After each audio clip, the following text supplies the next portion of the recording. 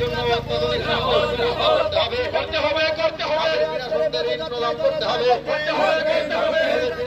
ঋণ প্রদান করতে হবে করতে হবে হইলে সংগ্রাম চলবে হইলে লড়াই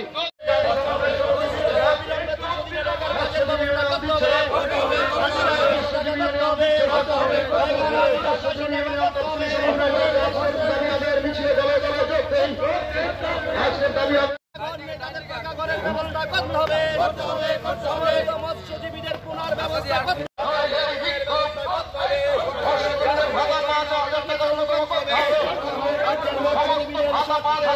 করতে হবে, সমস্ত ধরনের ভাতা 5,000 টাকা করতে হবে, সমস্ত ধরনের ভাতা 5,000 টাকা করতে হবে।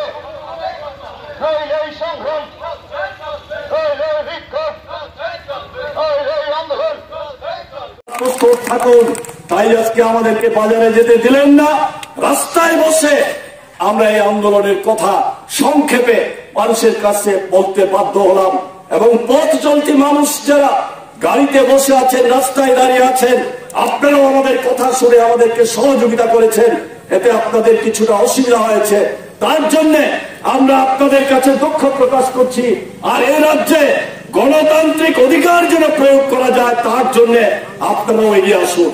আমরা যেখানেই মিটিং করতে চাই, মিছিল করতে চাই, জনসভা করতে চাই, হল সভা করতে চাই, কোন জায়গাতেই পারমিশন দেওয়া হয় না। আমাদের এই রাজ্যে সিপিআইএম এর সম্মেলন উপলক্ষে জনসভা হবে, মাঠের দাবি করেছে, ওই আস্তাবল মাঠ দেওয়া হবে না, জানিয়ে দেওয়া হবে। কি অপরাধ?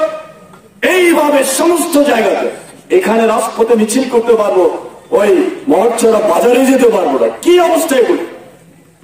প্রশাসন, পুলিশ প্রশাসন তাদের নিজস্ব যে চিন্তা ভাবনা, মেরুদণ্ড, মানে তাদের যে এই সাংবিধানিক দায়িত্ব পালন করার কথা, সেটা তারা গুরুত্বের সঙ্গে তারা সেই দায়িত্ব পালন করতে পারছেন না সব অফিসাররা। কিছু কিছু অফিসাররা করছেন।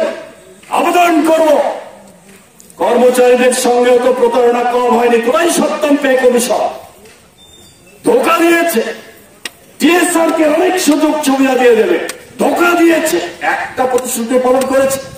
সমস্ত দিক থেকে এই সরকারটা একটা ব্যর্থ সরকার।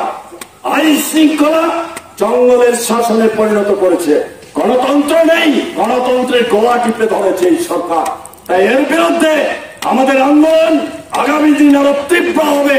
এই আন্দোলনে সকলের সহযোগিতা চেয়ে আপনাদের সকলকে আবারও ধন্যবাদ, অভিনন্দন জানিয়ে আমি আমার বক্তব্য শেষ করছি। ইনকলাব জিন্দাবাদ।